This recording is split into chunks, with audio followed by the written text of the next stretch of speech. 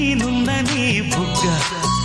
ఎంత లేతగా ఉన్నదే మొగ్గ అబ్బని తీయని దెబ్బ ఎంత కమ్మగా ఉంది రోయప్ప